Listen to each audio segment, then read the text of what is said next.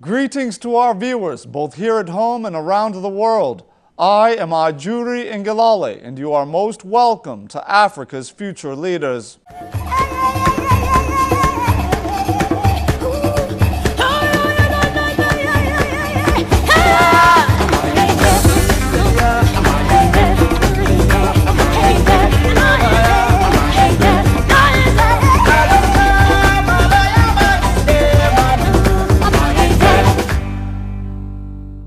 On this edition of the program, we bring you the story of an enthusiastic young woman whose life of compassion and effort has changed the lives of so many individuals.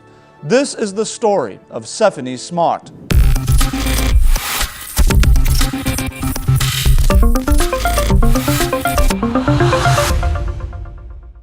What's the updates on our upcoming events? Okay, on the book drive. Yes, let's start from that. Okay, the lady that promised some books, she just sent in some. Auntie Esther? Yeah, Auntie Esther, okay. She just sent in some. Consultation and strategy begin the day at SmartSistas Foundation.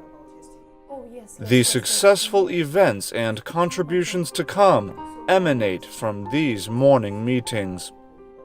And then we've gotten some people dropping some at Inkiwa's place. Okay. Where the address that we fixed. I called a colleague of mine. So I'm hoping that since we want to do Nasara, Kaduna and Abuja, that we would reach out through our own contacts. So what we'll do is we'll collaborate with them to ensure that we can reach out to at least 2 or 1 government school. I wanted to find out the Widows Free Fair. How are we going to get the fundings for it? I believe we'll do the same thing we've always done for all our projects. Let's follow up on all our benefactors. You know, write them letters. Let's look out for new organizations, new platform, and then let's follow up on the partners that we've been speaking to all this while and see if it's about time that we expanded our collaborations and partnerships. I am extremely grateful for how my mother raised me. If there was one thing my mother always said to us was always be contented in whatever situation. Nothing is intended to be permanent, you know, for some funny reason. Because I remember when we were growing up, I mean, grew up with silver spoon and then the silver spoon turned wooden, you know, and because my father got retrenched from the bank just like that. And so it took a while to having to cope, you know, contrary to the way we're being raised. But thankfully for my mother's values of at every point in time, always be prepared, you know, always do what you can with whatever is available. Never be greedy, you know, poking your eyes into what other people have, you know. And so that made me grow up being someone who was contented, someone who understood that there will be times when it's all laughter, you know, but there are times when there will be tears. You know, there are times when you would have full and then times when you will be empty. Sephiny's hard-working mother instilled values which enable her to see life through the eyes of another. I know at a certain point in our life, my mother had to go back to school. You know, this was after she had given birth to 3 of us. And for somebody who was growing up, who always had a maid on standby, we stopped having a maid around that same period. My father got retrenched, my mother had to go back to school. So I had a lot of responsibility being the first. Being the first is, ooh, you know, but you're trained to having to take care of your siblings, you know, your mom does all the cooking and then you have to serve your younger ones doing breakfast, lunch, you know, hoping that mom will come back in the evening and then prepare dinner. I do believe that that financial break, you know, in my family life, you know, had actually helped create some bit of empathy in understanding what people went through and what people are currently going through. To a large extent, I think it also helps, you know, and this is back to values. My mother's always preached being passionate. I mean, I would see my mother talking to every and any, you know, and there are times when maybe we're going out and she wants to greet everybody or she wants to say hello to somebody, she wants to find out how this person's coping, she knows the person's husband, she knows the person's wife, she knows the person's kids, she knows what they're going through. And you almost get tired because you're like, can we go already and come back already, you know? And so having to see her radiate such passion, you know, would also add up to that level of empathy in me. And I confidently will say my mother's values really are a great influence, to who I am today. And especially every other thing, that financial break, my father losing his job at that point. And basically everything really has helped me develop myself as a leader who I am today. I do not believe that you can be a leader and not be passionate about your people. A leader is someone who has to feel passion first. You feel passionate about certain cause. You must first and foremost feel passion for humanity. Humanity is the core of it. Every other thing is just secondary. Humanity is primary. If you don't feel humanity as it is at large, then you can't basically feel a certain level of passion for any cause. So it starts first for me, for humanity, and then for every other thing. With very little finance, Sephiny put action to her desire by starting a life-changing foundation. She has never looked back since. Every time people would ask, they would say, what made you start SmartSistas? I didn't start SmartSistas because there wasn't food in my tummy. I didn't start SmartSistas because I was disabled in any way of any sort. I was just at a point in my life where this was around 2009, 2010, 2008, 2009, where I was discontented with life. I didn't want to go through life not leaving some bit of footprint or impact, because I realized that we are very selfish human beings. I don't have clothes, I don't have shoes, I don't have bags. We're always wanting to buy.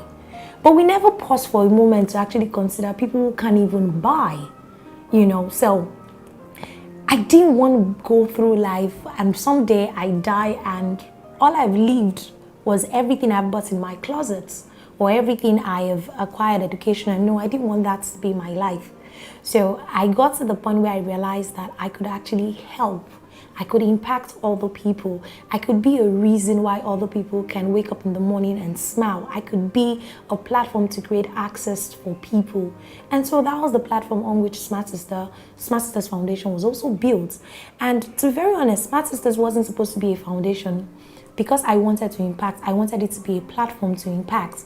And since 2010 to date, it has grown way larger than life, way larger than people wanted so much more, and then it grew from what it was to just being a simple platform to into a foundation where we can do a lot more. And we have programs and things that caters for 3 specific people. We have for young girls, for orphans. For young girls and orphans, we tailor that under the same umbrella, and then for widows. So our main focus, our target audience are really widows, young girls and orphans. But Sephiny's intent is to implant dignity and purpose to human lives. We do have what we call the She Needs to Know. She Needs to Know and the Edu Child. Edu Child educates the child. Now, She Needs to Know and Edu Child are affiliated in lots of ways. The Edu Child is the platform on which we get donors to actually pay school fees and provide books and basic educational items for a child to gain access to education. She Needs to Know is a platform on which every female child understands basic life skills with the main focus on communication, leadership, and public speaking. We do believe that every child has a voice. I don't believe that every girl child should just be a face. No, I believe that every girl child should be a force, irrespective of your situation, irrespective of where you're coming from. So through that platform, She Needs to Know and the Edu Child, we create access to education, and we ensure that every girl child becomes independent, becomes a woman who truly knows her self-worth and can explore and embrace her dreams. We also have the Smart Widows Empowerment Program, where we empower widows, through skill acquisition trainings, and then we start them off on a small scale business. Luckily for us, we always seem to get donors and things who are willing to, part with a bit of money. And so we do a direct link. We never collect money from our donors. So we always do a direct link to every widow who's willing to start a business after she's gone through the skill acquisition training, and then she starts. Empowering beneficiaries to create their own prosperity, this young leader encourages the contributions of the larger society to the empowerment of the disadvantaged. Another program of ours is what we call digging into your closets.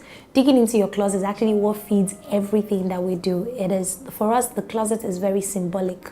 It could be the market, it could be your bank, it could be anything. What it simply means is we create opportunity for other people to use us, to leverage on our platform to want to help people. So take for example, we have the free Widows Fair coming up very soon. I think that'll be sometime next month in celebration of the International Widows Day. Part of what we do is we're going to have a completely open platform. It's going to be a fair. You know how you attend fairs and then people buy things.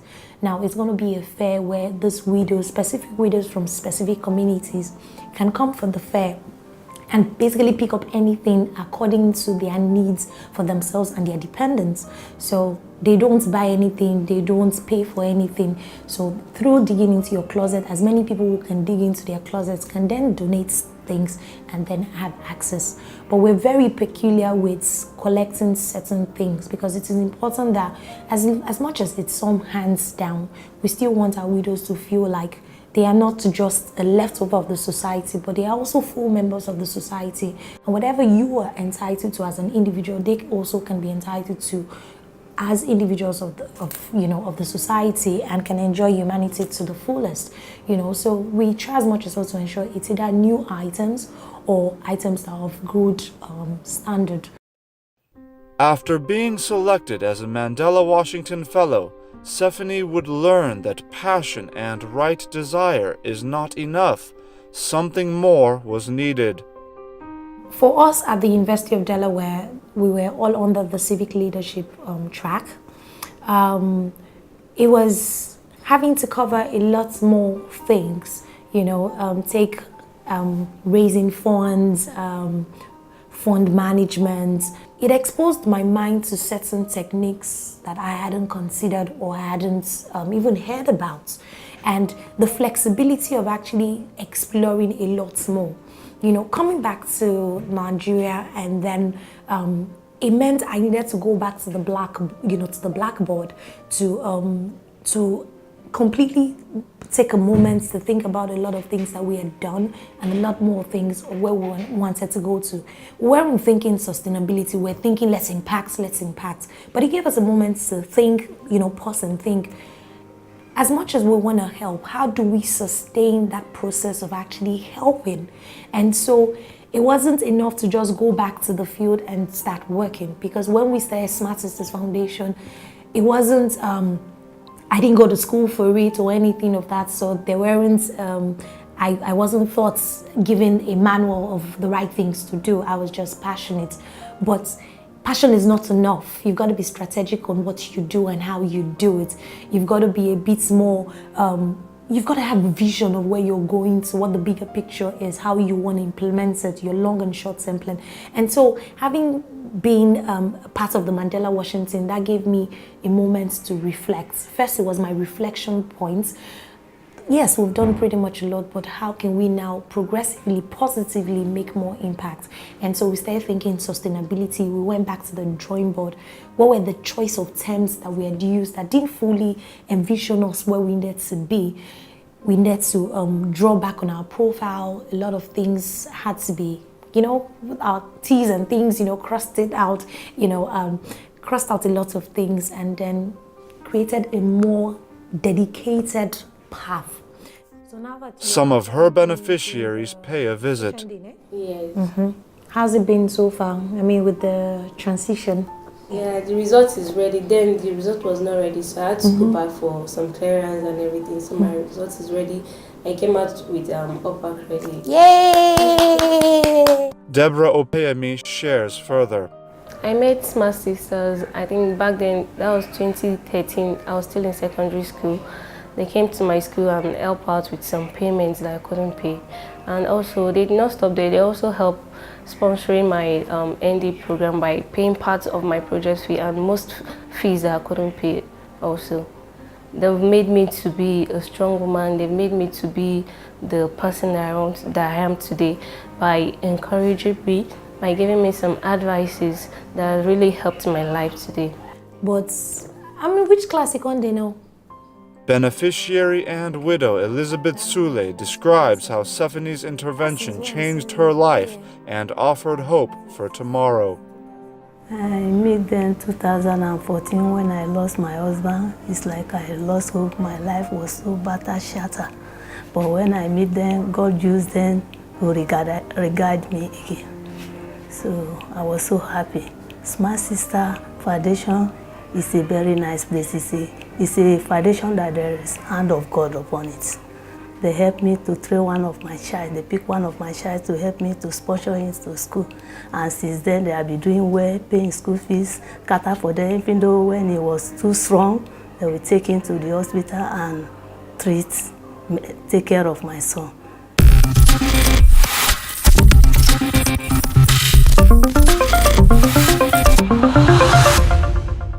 And we met with the firefighters. And when we came back, we were so inspired. I mean, these guys... Now at home, Sephiny divides her attention between brainstorming new ideas and recharging for the day to come.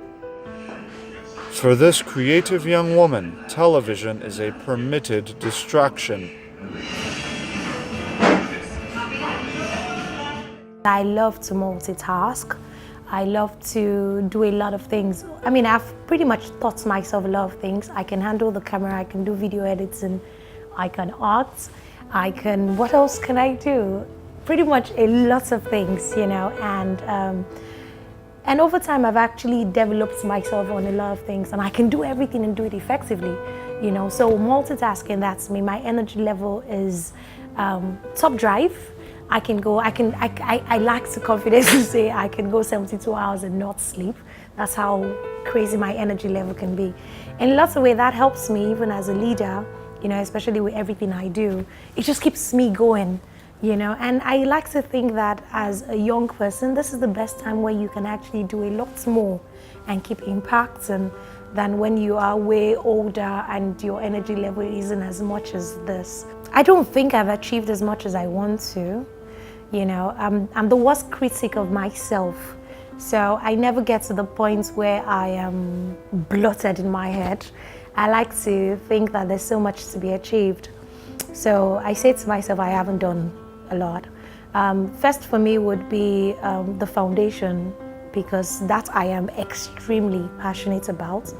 I want to see a team of people who are dedicated about it as much as I am. I want us to do a lot more. I mean, we've impacted over 500 widows and over 600-700 young girls. I want us to be able to do a lot more. So in 5-10 years, I want us to be able to build learning centers in communities across the board. I want us to be able to have young SmartSistas girls group in lots of places. I want a lot of widows to stand firm, knowing that they got some bit of financial assistance to build empires of their businesses.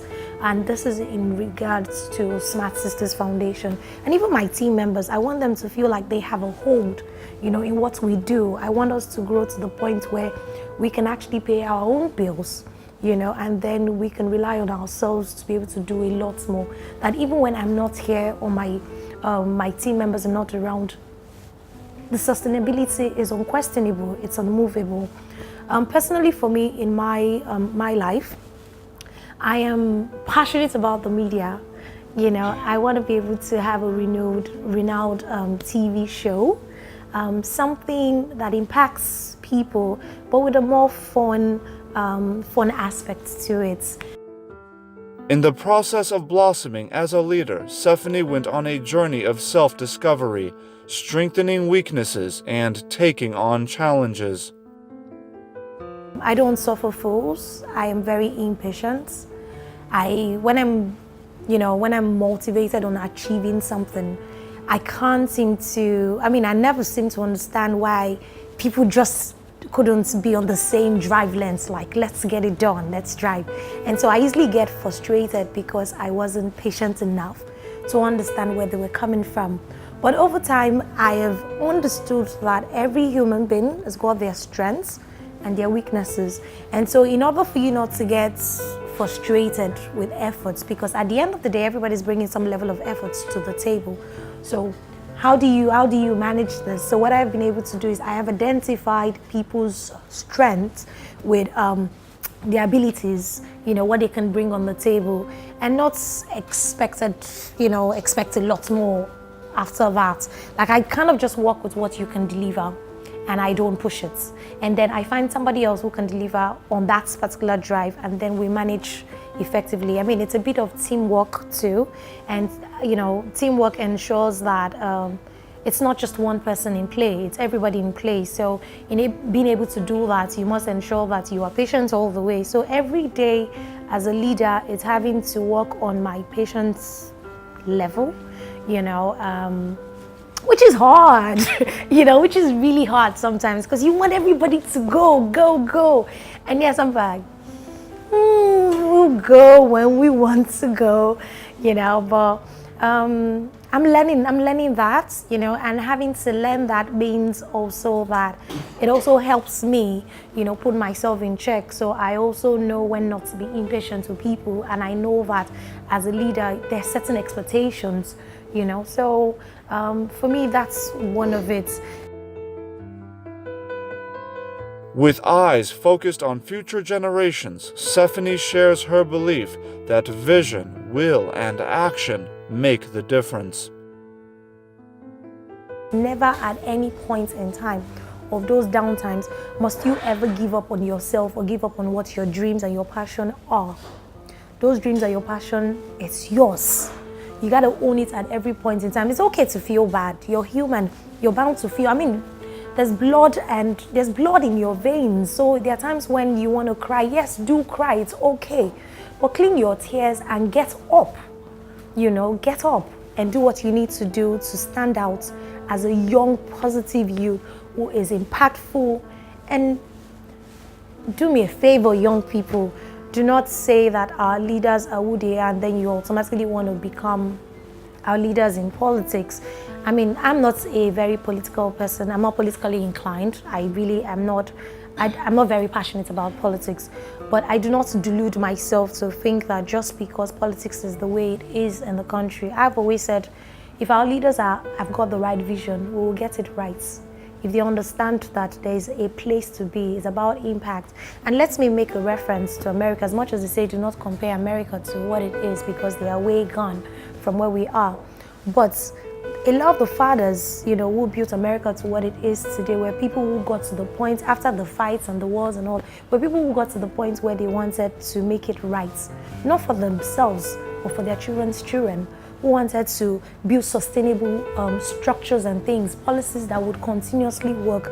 And so even in its own imperfection, it still got certain bits of solids. And that's how we should think. We should envision ourselves like that. We shouldn't think that just because some leaders do not understand or are not getting it right, we automatically should be like that. But yet we can show them that yes, we must have vision and we must see a greater, brighter tomorrow.